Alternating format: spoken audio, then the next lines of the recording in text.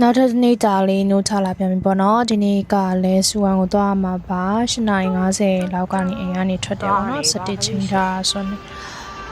အဒါနဲ့ခွဲရထားစီးမယ်မြို့မကနေစီးမယ်ဒီနေ့လည်း1လီတာရေဘူးပါတယ်ပေါ့နော်ရာသီဥတုကပိုတာဆုံးစာမဖြစ်7မီလေးရောက်သွားပါတယ်လူနာကိုပြပေးပြီးတဲ့ခါမှာတော့အပြန်စူဝမ်မှာအများအားကြီးရောက်လို့ရှင်စနေကြနီပေါ်တန်ပေါဆိုင်မှာသွားစားပါတယ် Great Himalaya ဆိုပြီးတော့ဗောနော်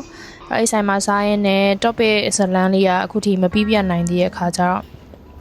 ရုံဆောင် chicken biryani လေးကိုမှာထားပြီးတဲ့အခါမှာ biryani လေးလည်းရောက်ရောဓာန်ပေါက်ပေါ့နော်ဓာန်ပေါက်ကိုစားရင်းနဲ့ topic ရဲ့ဇလန်းကိုအပိတက်ရပါသေးတယ်ဒီနေ့မှလာတဲ့ចောင်းသားတွေကသူတို့လည်း topic ရှောက်ချင်တယ်ဆိုတာနဲ့ကိမှာနေရာကျန်သေးလားဆိုတာကိုကြည့်ပေးရင်းနဲ့ရှောက်ပေးတယ်ပေါ့နော် topic 1ကဒီတစ်ခေါက်ကပုံမှန်ထက်ကိုနေရာတွေမြန်ကုန်တာမျိုးရှိရပေါ့နော် topic 1ဆိုပေမဲ့လည်းနှစ်ကုန်ပိုင်းနာနီးလာတော့ထင်တယ်ဖြည့်ရတဲ့သူတွေအများများလာတဲ့ခါကျတော့ဒီចောင်းသားတွေမရမှာဆိုလို့ပေါ့နော်တယောက်စားနှစ်ယောက်စားဒီနေ့ထပ်ပြီးတော့ကျန်တဲ့အစ်စ်လာအရင်နဲ့လည်းရှောက်ပေးပါအောင်ဆီယမရေးဆိုတာနဲ့ရှောက်ပေးရပေါ့နော်ပြီးတော့ IPD ကိုမှားပြီးရှောက်ထားတဲ့ចောင်းသားကိုလည်း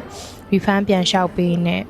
ကိစ္စဝိစာတွေပြီးတော့2နာရီလောက်ကြာတော့စူဝမ်ကနေပြီးတော့ KA ပြန်ပါပြီဒါပေမဲ့မနေ့ကမထန်လိုက်ရတဲ့ coffee ဆိုင်နဲ့ပတ်သက်ပြီးတိတ်ပြီးတော့မကြည်ပွဲနှွဲတာပေါ့နော်ဒီနေ့အိမ်ပြန်ရင်လေးမှာအိမ်နာဘူတာနာမှာရှိတဲ့ coffee ဆိုင်မှာထိုင်နေပေါ့နော်ထိုင်ပြီးတော့လှုပ်စားလုပ်လေးလက်ဆက်သက်ပြီးတော့အိမ်ပြန်ရောက်ပါပြီများပေါ့နော်ခစင်ရက်ကလည်းတော်သေးရဲ့ချင်မော်ရက်တွေကိုလည်းကြည့်လိုက်ပါဦးချင်မော်ရဲ့အနီးကဒီဘက်ကလည်းတော်သေးရဲ့ရှင်းလောင်းလိုက်ပါအောင်မရှင်ညဘက်စားတင်ပါတယ်တက်တာ